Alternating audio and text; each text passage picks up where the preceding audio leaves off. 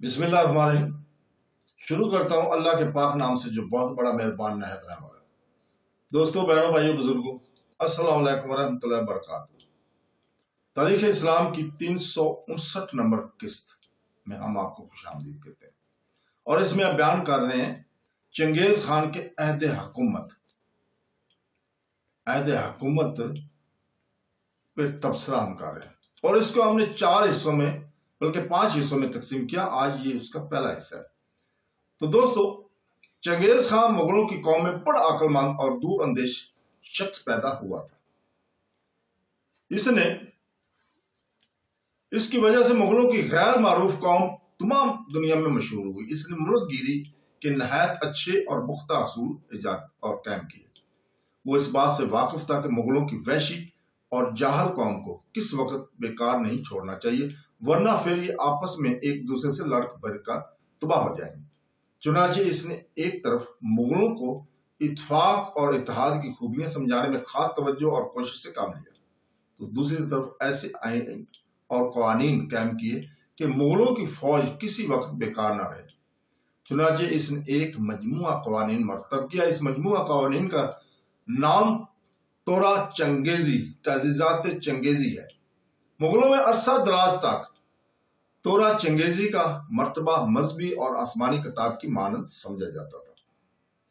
تورا چنگیزی میں شکار کے لیے بھی آئین اور قوانین درج ہیں، اور مغل بادشاہ کے لیے ضروری ٹھہرایا گیا کہ وہ جب فتوحات اور جنگ اور پکار سے فارغ ہو تو آئین اور دستور کے موافق فوج شکار میں مصروف ہے۔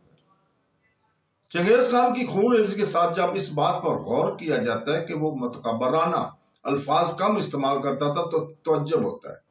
چنگیز خان جب کسی بادشاہ کے نام خط لکھتا تو اس کو اول اپنی اطاعت پر آمادہ کرنا چاہتا، اور آخر میں لکھتا کہ اگر تم نے اطاعت قبول نہ کی تو اللہ جانے انجام کیا ہو۔ یہ نہ لکھتا کہ میں بہت بڑی جرار فوج رکھتا ہوں اور تم کو ہلاک کر ڈالوں گا۔ اس طرح وہ ملکوں کی فتوحات کو بھی اپنی یا اپنی فوج کی طرف منسوب نہ کرتا، بلکہ یہ کہتا کہ مجھ کو اللہ تعالیٰ نے فتح عنایت کی اور اللہ تعالیٰ نے مجھ کو بادشاہ بنایا ہے۔ اپنی نسبت لمبے چوڑے القاب اور مداح اور ستائش کے الفاظ نہ لکھنے دیتا، خود مثل دوسرے سپاہیوں کے تمام کام انجام دیتا، خود بھی گھوڑے پر سوار ہو کر لمبی لمبی مسافتیں طے کرتا اور اپنے ہمراہی سواروں میں سے بڑی بڑی منزلیں طے کراتا۔ اس کا قول تھا کہ ہم کو ہمیشہ جفاکشی اور محنت کا عادی رہنا چاہیے، اسی میں ہماری سرداری اور فضیلت کارزار مضمر ہے۔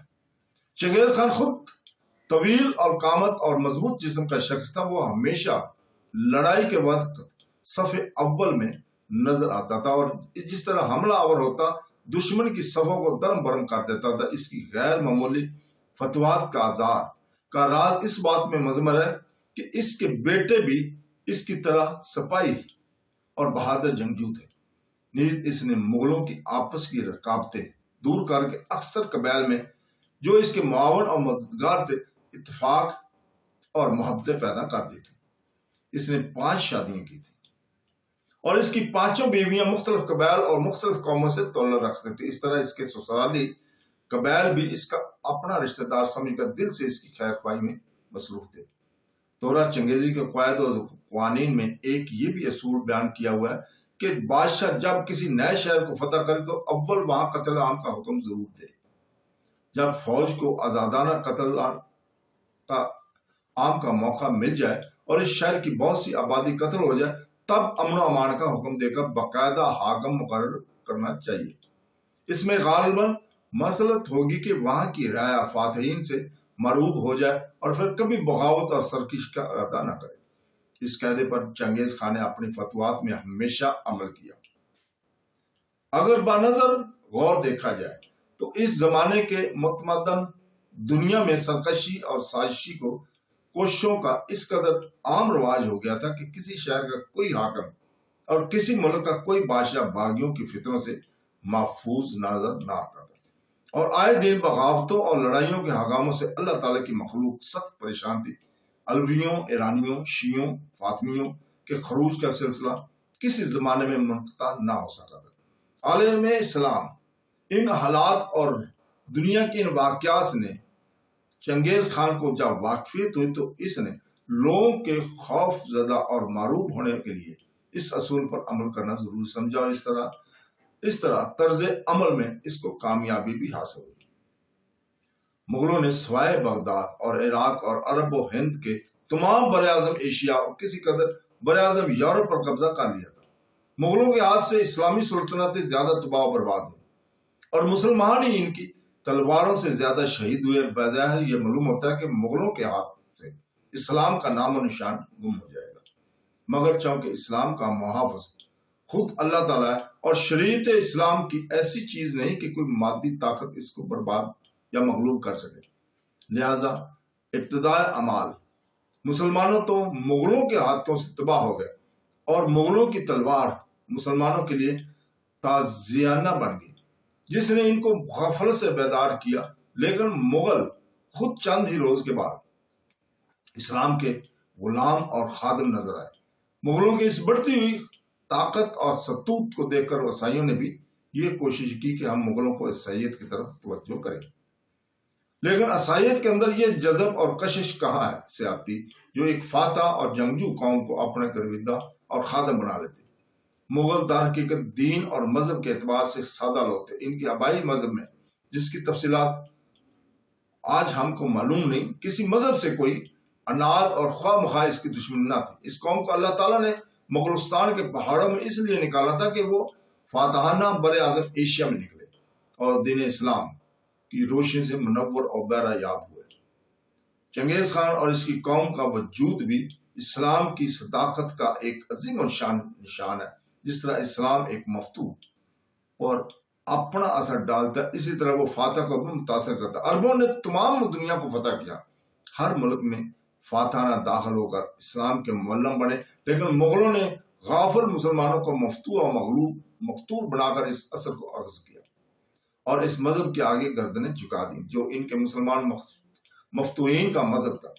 اس اجمال کی تفصیل آئندہ انشاءاللہ تعالی ہم بیان کریں گے۔